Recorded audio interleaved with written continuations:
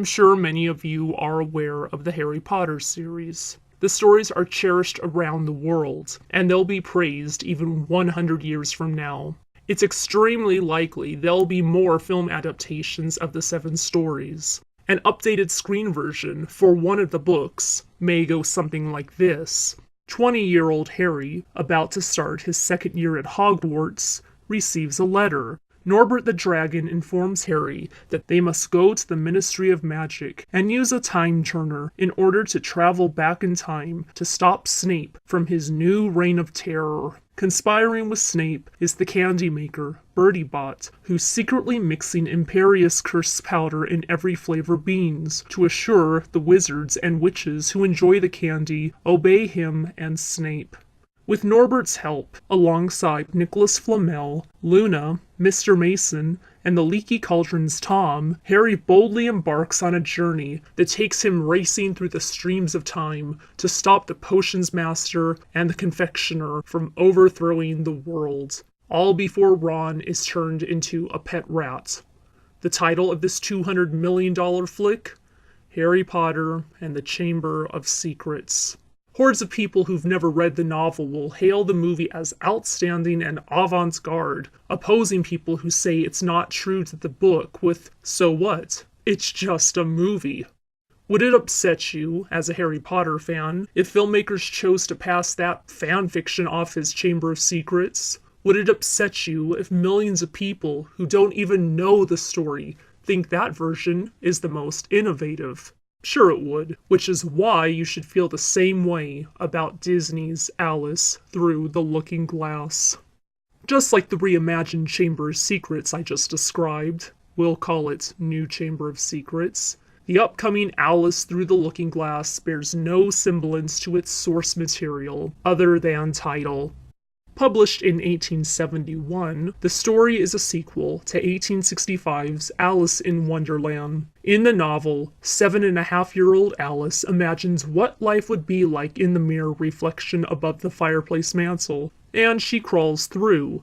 What she finds on the other side are tiny living chess pieces and a book containing the Jabberwocky poem. Alice goes outside and discovers she has to walk in opposite directions to get to destinations. She comes across a bed of talking flowers and meets the now full-sized Red Queen chess piece. She shows Alice the landscape, which is a giant chessboard, and tells the girl that she is currently a pawn, but will become a queen if she makes it to the 8th square. The reader follows Alice in her journey, from riding a train to meeting a fawn, the twins Tweedledum and Tweedledee, the slumbering Red King, the White Queen, who turns into a sheep and takes Alice for a ride in a rowboat, Humpty Dumpty, the White King and his messengers Hea and Hatta, the dueling lion and unicorn, and finally, the Red and White Knights. The White Knight escorts Alice to the 8th square, where she becomes a queen, alongside the Red and White Queens. Alice then attends a nonsensical party, when suddenly, she wakes up in her own house. And that's it. There's no adversary, and very little conflict. Looking Glass's plot is reading about the characters Alice encounters during her trek to the 8th square. Out of both books, Wonderland is the one usually adapted into a film because its structure is easier to translate into a visual medium. Reference to Looking Glass is sometimes used in these Wonderland movies. Tweedledum and Tweedledee, the Walrus and the Carpenter, the Talking Flowers, Unbirthdays, and the Strange Insects are of Looking Glass Land origin, not Wonderland. The part when 1951 Alice in Wonderland's Queen of Hearts tells Alice to curtsy while she's thinking is a quote taken from Looking Glass's Red Queen. There are a handful of Looking Glass films out there, but they're far and few between.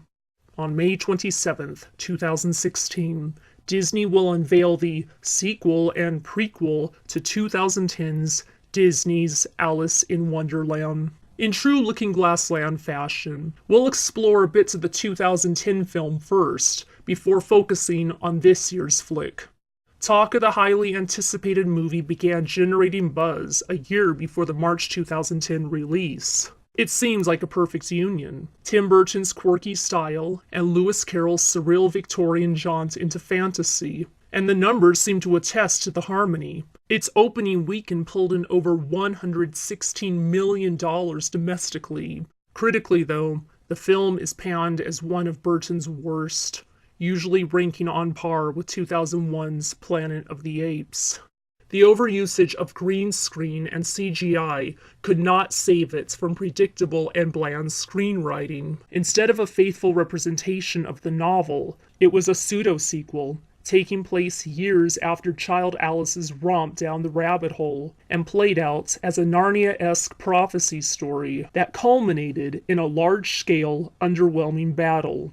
At points, it seemed like it wanted to follow the book, such as when Alice followed the White Rabbit into the Hall of Locked Doors, but it quickly spiraled into cameos of characters she'd possibly met before, arguing whether or not she was the right Alice. It was revealed that the Red Queen had taken over Underland. I don't know why they called it that. And Alice was destined to slay the Jabberwock with the Vorpal sword. People quickly realized it was an entirely new tale, not Alice in Wonderland, as the title had suggested. Characters that hadn't existed in either book were made players. The Bandersnatch and Jabberwock were only mentioned in a poem in Looking Glass, but in the film, they were menacing forces. Characters were given new personalities and motives. The Hatter became a good friend of Alice's, even though he was a minor character in the book who was very rude to her. The Dormouse went from narcoleptic to heroic. The White Queen, who was bumbling, became a wise and just ruler. The Queen of Hearts, prone to temper tantrums but otherwise harmless, was renamed Red Queen and became a bloodthirsty dictator, dead set on world domination. Yeah, I'm gonna go into a diatribe about that character. It's so ingrained in the collective conscience that the Queen of Hearts is Wonderland's ultimate villain. But what if I told you Wonderland in the book doesn't have a villain? Many people assume the Queen is the antagonist based on numerous portrayals. Disney's 1951 Alice in Wonderland is when the Queen switched from troublesome obstacle to baddie in mainstream media. The animated feature needed a villain, so it chose the Queen. Yes, she's bombastic and screams her famous "off with their head" line, but the executions are never carried through. The king pardons everyone after her tantrums, and the cycle repeats. That's because the Queen, like everyone in Wonderland, is mad. Her actions don't make sense, because sense isn't a part of Wonderland. However, the Queen of Hearts has become the Wonderland heavy, and in the Burton movie, she's wrongly renamed Red Queen. Red Queen is a different character in Looking Glass Land, which is no way connected to Wonderland. While the Queen of Hearts represents a playing card, the Red Queen is a chess piece.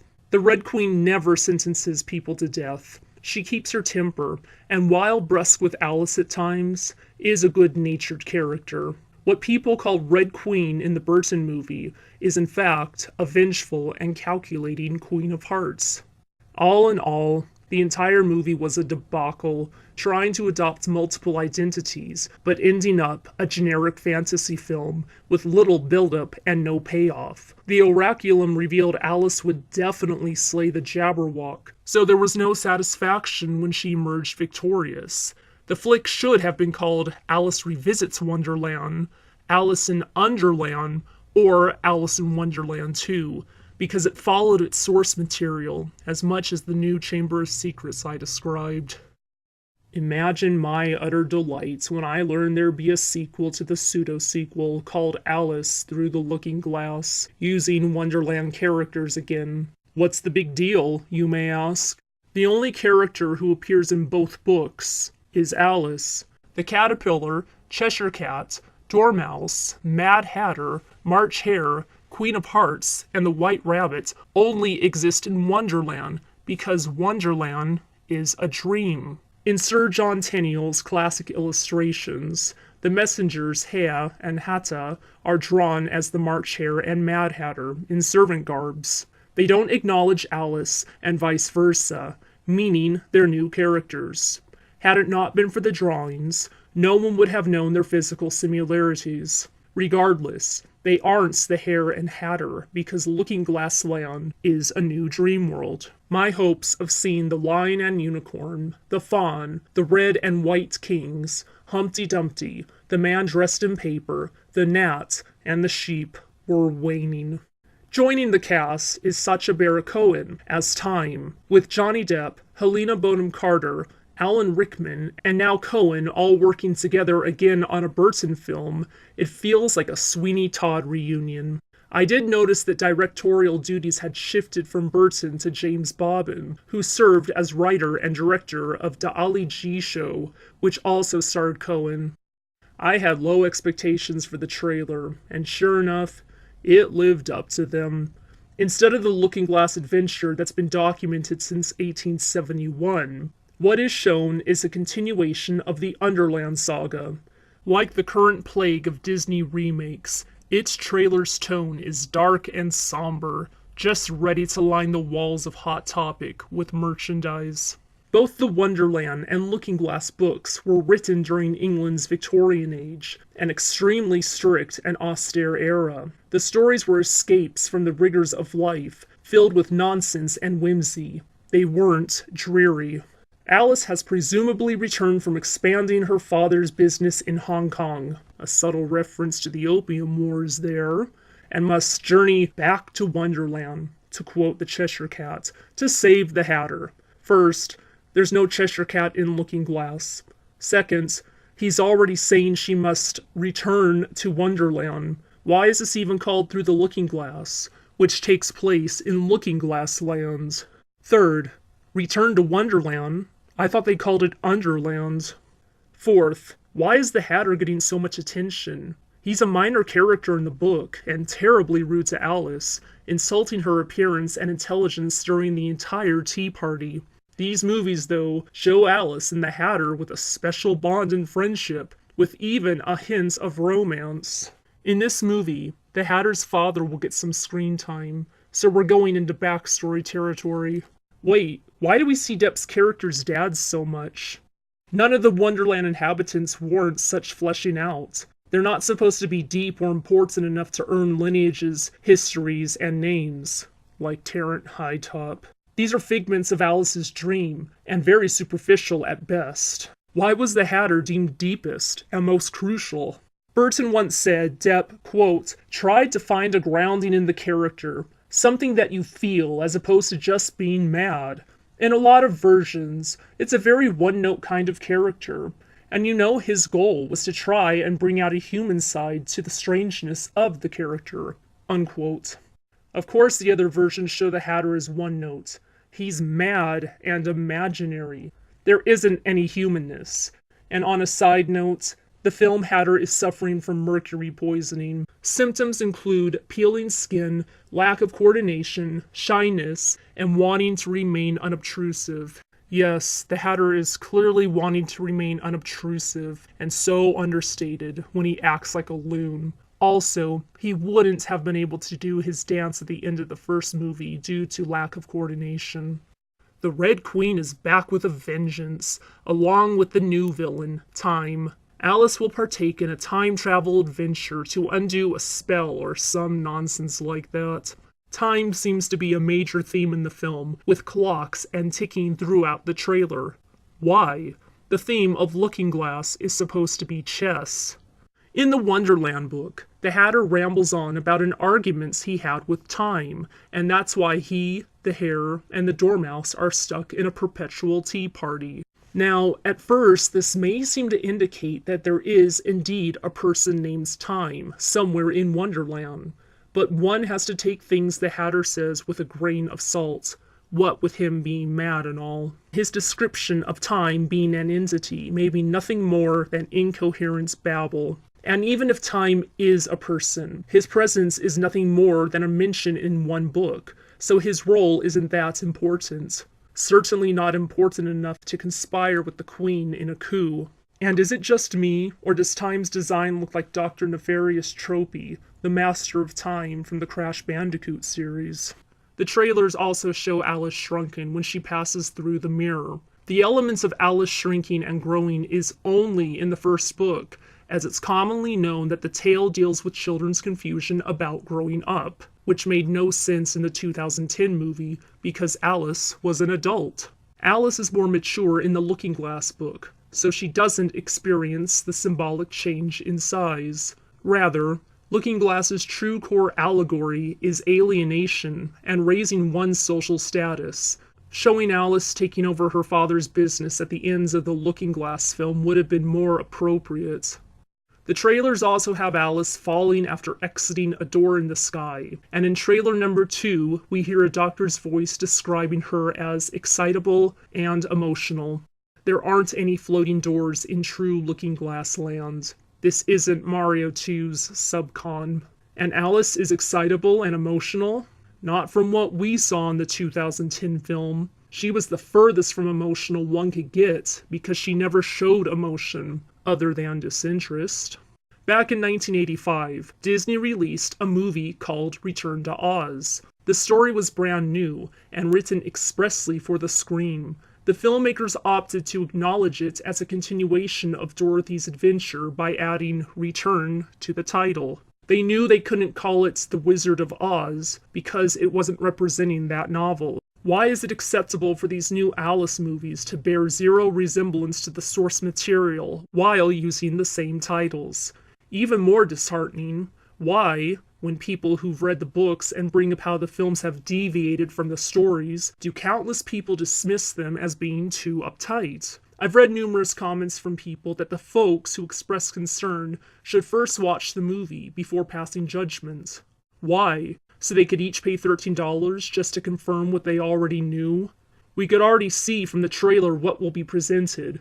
This story won't show Alice in her journey from pawn to queen, but will be another bout of on-screen fan fiction. Why should Lewis Carroll enthusiasts be expected to watch something that disregards the source material before giving opinions? Would I have been as jaded if these film adventures had new titles? Sure I would, because they fall victims to blockbuster cliches. Once upon a time, Tim Burton made pieces of art that had his unique and twisted vision gleaming in each frame. Granted, Burton is acting as producer this time, but his style still came across, even when he was in that capacity. This new film is so overstuffed with cliches and a cluttered storyline that it comes across like a nondescript fantasy, lacking its own style. Will people want to watch this? To see Alan Rickman's final performance? Sure.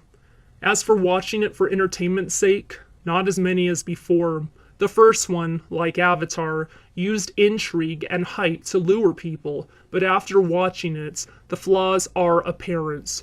Moviegoers will be wiser this time around, having learned that the first wasn't as great as what was once proclaimed. What will critics and audiences feel about it? With the cameos rampant in this movie, it seems the franchise is a one-trick pony, and critics will pick up on that quickly. Some will say the glut of CGI effects and landscapes can't save the film from blandness. Audiences may feel overwhelmed by the visuals and green screen, but not in a good way. Was it a good idea to make this movie? Anytime something is a fad, the people who created it must act quickly if they wish to milk it further. Releasing sequels to hits must be timed precisely. If the release is too soon, it may feel oversaturated. Wait too long, and the hype withers. 2010's Wonderland scored low critically, but was a commercial success. The filmmaker should have had a sequel within 2 years. With the 6-year delay, people can see how overhyped the film was after being away from it for so long, and that they were caught up in the craze. As the old saying goes, you can't see the forest for the trees.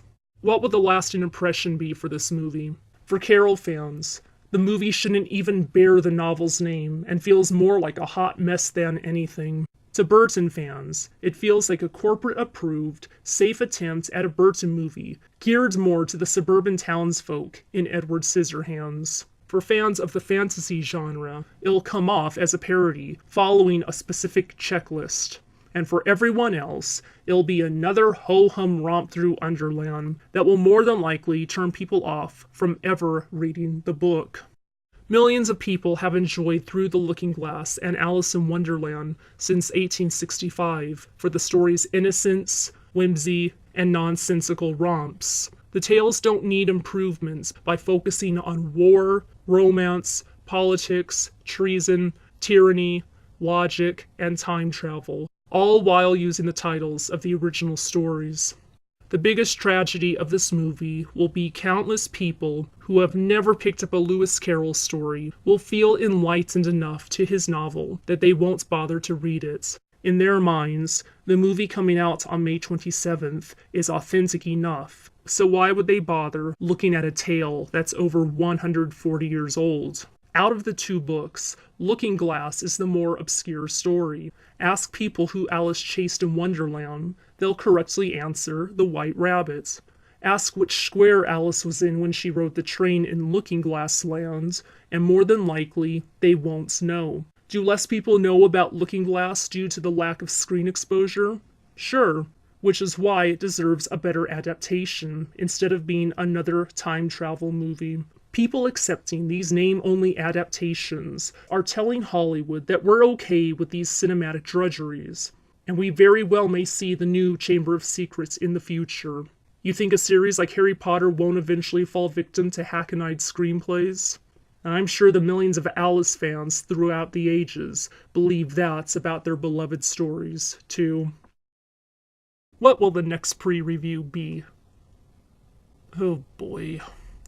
Well, someone's got a gripe about it, and that someone is Marplotic.